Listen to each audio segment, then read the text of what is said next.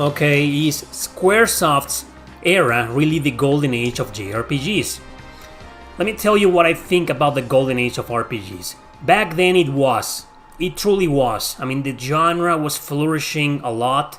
Squaresoft was king on the market. Other companies started appearing to compete. Bandai Namco started the Tale series. Tri-Ace started the Star Ocean series, but that was just Enix back then before they merged with Square. And Enix was just strong with Dragon Quest, Valkyrie Profile, Star Ocean once again. And then we got Atlus that started bringing over the Persona series, the Shin Megami Tensei series. It wasn't not only an important era for the genre, but it was like, it was blooming. It wasn't as blooming as it is today, but it was blooming back then. And there were a lot of JRPGs that were fantastic for their time. You went and played them, and you got these amazingly written stories, unique battle mechanics, unique gameplay mechanics. Sure, some of Squaresoft's RPGs didn't age very well, but you gotta understand back then, it was just excellent. You got Super Nintendo RPGs, PlayStation RPGs, and it was the best, right? It was a true golden era. However, first and foremost, a parenthesis, I'm a bigger fan of the PlayStation 2 era. I did grow up with the NES, the SNES, the PlayStation, but I think the PS2 was the better console for JRPGs because it got everything it learned from the PlayStation 1, and most of the mistakes seen in there, it didn't repeat them. It learned, it evolved, and we got a lot of other amazing JRPGs thanks to both the good and the bad that happened during the PlayStation era, during Squaresoft's era. But yeah, unfortunately that was the era. The PS2 era was the era when Square merged with Enix, and it became, a company that started caring way more about the money than anything else. However, I think the true golden age is nowadays.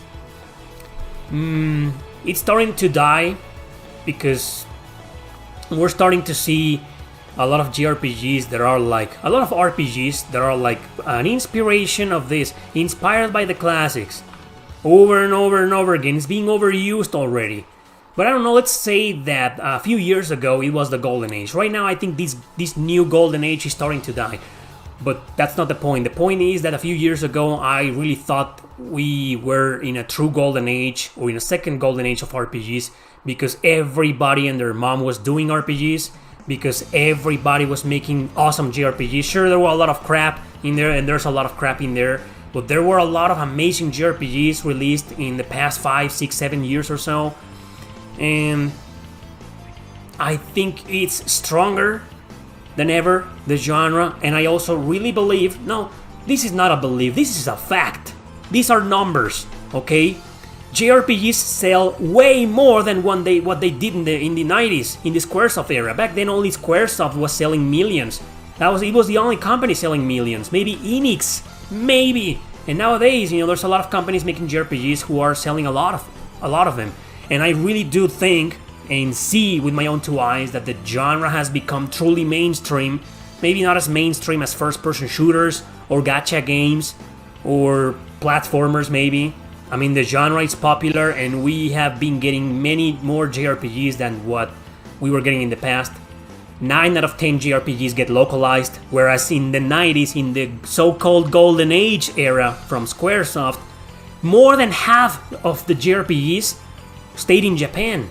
More than half of them, and nowadays we're getting most of them. It's rare to see a JRPG released exclusively in Japan nowadays. It's pretty rare. So yeah, I have tons of reasons to believe this is the true golden age of JRPGs nowadays. But like I said before, I think it's slowly starting to die because the genre needs like a change, like some kind of refreshment. Because we were talking before about the power of friendship trope that's been there since the early 90s and we're still getting it. So I think companies need to start focusing on different storytelling. And gameplay wise, I don't think they need an improvement because they have been improving since the 90s, since the 80s. I mean, you go and play, Chrono Trigger and then play something like Trails into Reverie and you can see the difference in gameplay. I mean, that is a great evolution. But yeah, maybe in storytelling. And slowly but surely, JRPGs are starting to get politicized too. Most of them not yet, thankfully, but some of them are, and that's pretty sad, right? When politics start entering the world of JRPGs, it just breaks my heart. You know, that's why I think this true golden age, this new golden age of JRPGs is starting to die, but I like to think we're still on it.